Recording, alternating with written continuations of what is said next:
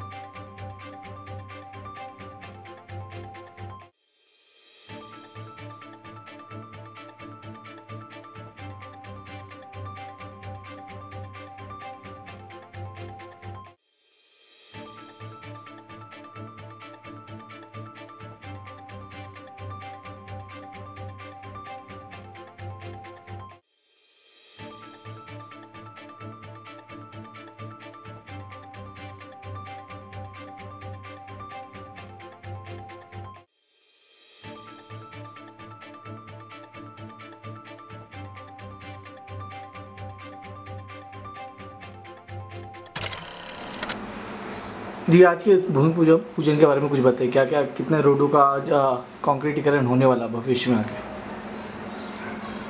आज जे शिवसेना शाखा 27 प्रभाग क्रमांक 27 मध्ये दुर्गा माता मंदिर ते अकोले रोड आणि सरस्वती ते पोमचाळ या दोन ठिकाणी शिवसेनेचे कार्यसम्राट आमदार प्रकाशदादा सुर्वे यांच्या माध्यमातून भूमिपूजन पार पडलेलं आहे।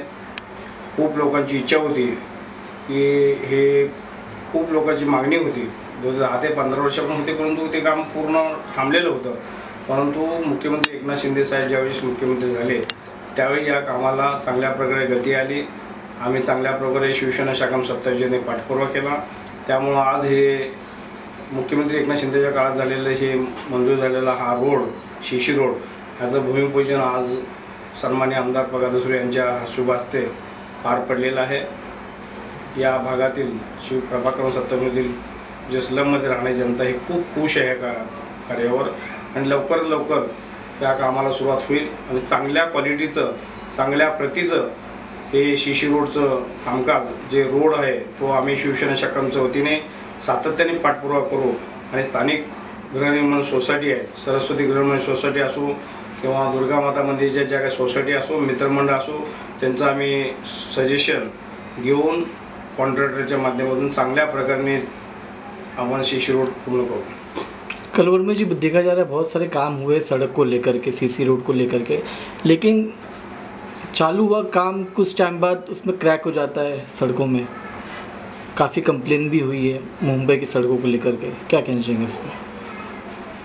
बरोबर आहे, होत असतील असे काही कामं, परंतु त्या तिथील स्थानिक रहिवासी किंवा तिथे जे कॉन्ट्रॅक्टर यांच्या माध्यमातून तर चांगल्या प्रकारे तिथं लक्ष जर दिलं तर तिथं क्रॅक रोडवर येणारे क्रॅक किंवा काय ते आपलं दक्ष नागरिक म्हणून तिथं स्थानिक रहिवासींनी पण यामध्ये सर्वांचं काम आहे। दक्ष नागरिक म्हणून सर्वांनी यामध्ये तिथं उभं राहून काम केलं पाहिजे।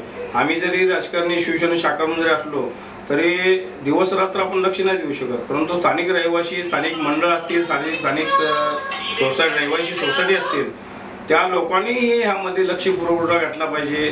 24 तास कॉन्ट्रॅक्टर काम करताना लक्ष दिलं पाहिजे किती त्यांनी सिमेंट टाकलेलं आहे, गव्हर्नमेंटच्या रिक्वायरमेंटप्रमाणे काय क्वालिटीचं तो बांधकाम करतोय ह्याच्यामध्ये लक्ष घातलं तर हा प्रॉब्लेम जे म्हणतात ना रोडचा ट्रॅकचा तो येणार नाही। आणि मी स्वतः बेसिकली आम्ही याबद्दल बोलतो की माझ्या या प्रभागामध्ये असं काही होऊ देणार नाही, कारण आम्ही पूर्ण चांगल्या प्रकारे कॉन्ट्रॅक्टरच्या कडून चांगल्या प्रकारे आम्ही काम करून घेऊ।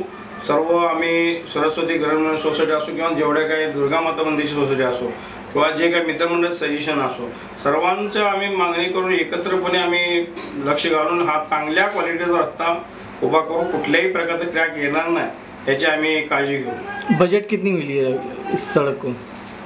बजट कितना मिला है वो इम्पोर्टेंट नहीं है, लेकिन जितना भी बजट मिला है उसमें अच्छा और एकदम चांगल्या प्रकारचा रस्ता होणे इम्पॉर्टंट आहे।